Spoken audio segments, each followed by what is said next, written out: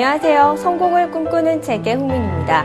책을 읽을 때 첫 장부터 마지막까지 시간 가는 줄도 모르게 흠뻑 빠져들어서 읽는 책이 있는가 하면 마치 교과서처럼 아무리 노력해도 진도가 나가지 않는 책이 있죠.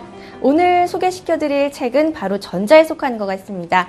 앉은 자리에서 한 권을 뚝딱 읽어버리는 바로 흡입력이 강한 책입니다. 빨리 만나볼까요? 늘 좋은 책 소개해드리는 미래에셋 투자교육연구소의 이상건 이사 모셨습니다. 안녕하세요. 예, 안녕하세요. 네, 오늘 제가 책을 너무 재미있게 읽어서 빨리 시청자 여러분들께 소개시켜드리고 싶습니다. 어떤 내용인가요? 네, 이 책은 우리나라 펀드 매니저 1세대인 최남철 씨가 쓴 꿈의 기울기에 투자하라 라는 제목의 책인데요. 네. 저자는 이 책에서 자신의 경험과 금융시장을 회고하고 그다음에 자신의 경험을 바탕으로 둔 주식 투자의 성공 노하우 뿐만 아니라 최근에 펀드 투자가 굉장히 활성화되어 있는데 펀드 매니저 입장에서 펀드를 어떻게 고르고 어떻게 투자하는 것이 좋은지에 대한 많은 아이디어를 제공하고 있습니다. 최근에 대학생들 사이에서 펀드 매니저는 직업이 상당히 인기를 끌고 있는데요. 대학생 분들이나 아니면 좀 펀드 투자에 대한 노하우를 좀 배우고 싶다. 이런 분들이 읽으시면 많은 조언을 들을 수 있는 책이라고 할 수가 있습니다. 표절이야말로 훌륭한 투자의 핵심이다라는 말이 있는데요. 이 책에서 보면 저자인 최남철 씨가 스승으로 생각한 두 명의 저명한 투자가가 있는데 어떤 인물들인가요? 예, 저도 이 책을 읽으면서 가장 흥미있게 읽었던 대목 중에 한 부분인데요. 네. 그 저자가 굉장히 존경할 만한 투자가로 언급하고 있는 인물이 두 명의 사람이 나옵니다.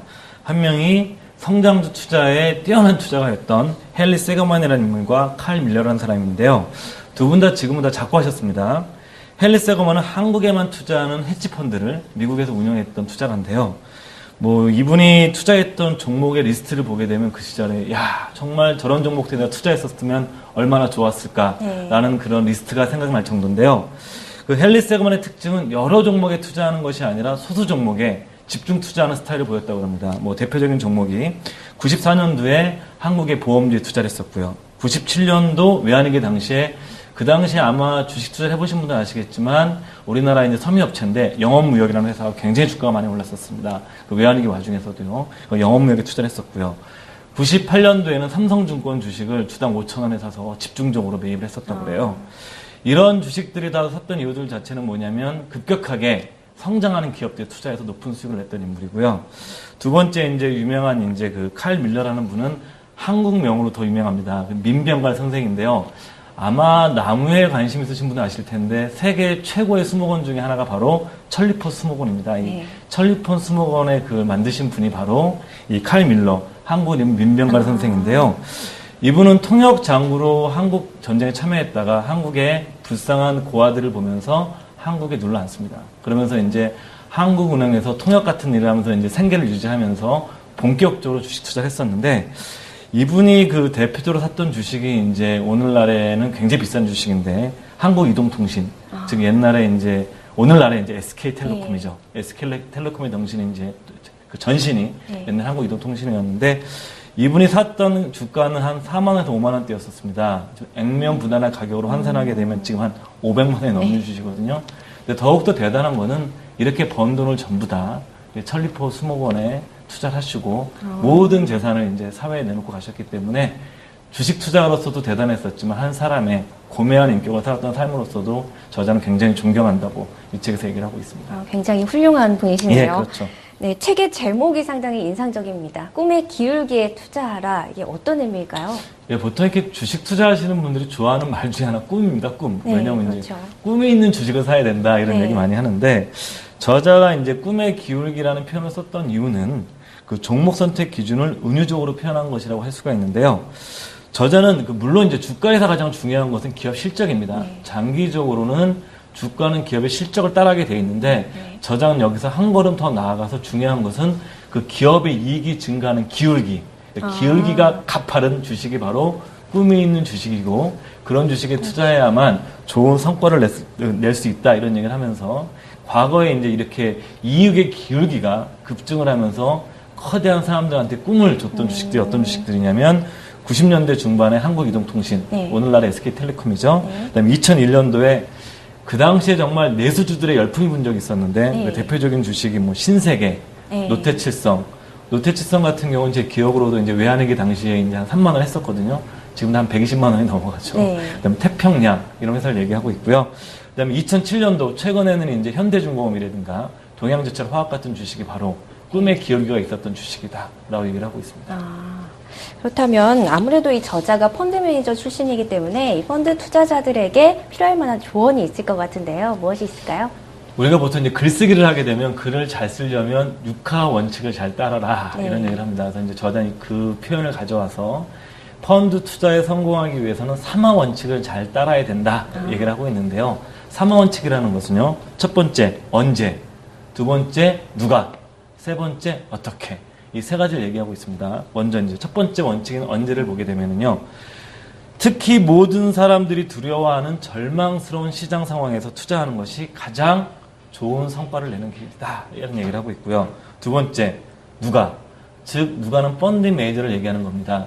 그 펀드 매니저를 볼 때는 단기간에 1년, 2년 수익을 보지 말고 지난 과거 3년간 얼마나 꾸준한 수익을 냈었느냐가 이제 누가의 문제고요. 세 번째가 어떻게.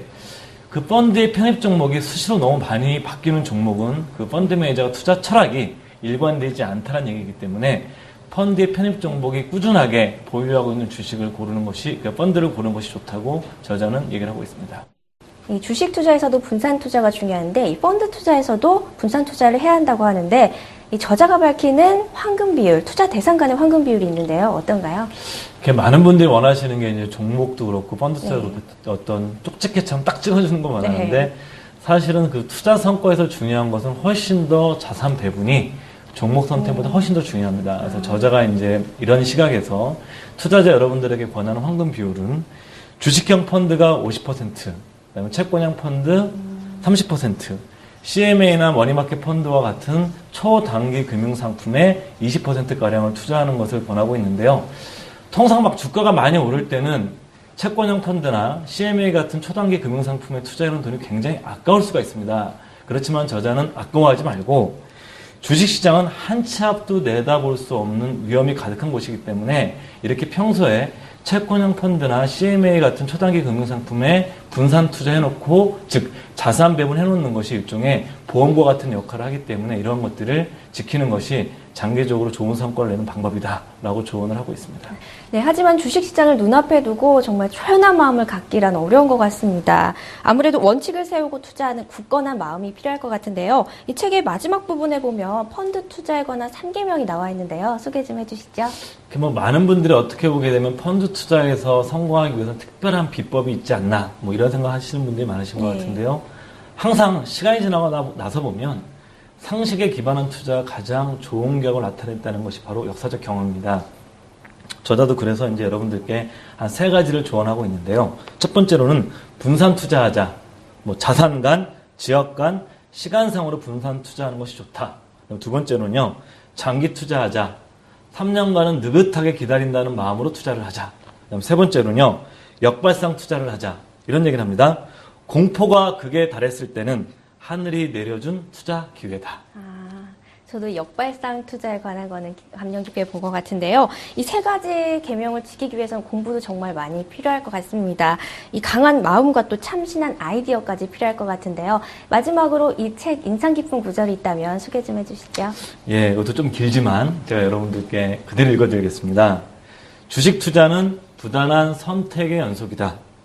올바른 선택을 하기 위해서는 끊임없이 노력하고 공부해야 하며 항상 정신이 맑게 깨어 있어야 한다. 그래야 운도 따른다. 운도 실력이라고 하지 않았던가.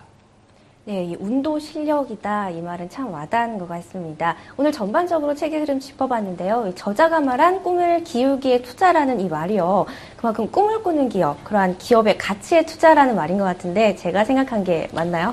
네, 맞습니다. 이제 사실 보게 되면 인간은 감정의 동물이잖아요. 네. 그래서 이제 보면 기업을 분석할 때는 차가운 이성으로 분석을 하고 그 주가가 쌀 때는 뜨겁게 그 꿈을 끌어안고 투자하는 것이 좋지 않나 이런 식의 교훈을 저자가 책에서 제시하는 거 아닌가 그런 생각을 해봅니다. 네, 이 책도 읽어보고 또 이사님의 설명도 들어보니까 더욱더 많이 공부를 통해서 배워가야겠다는 생각이 듭니다.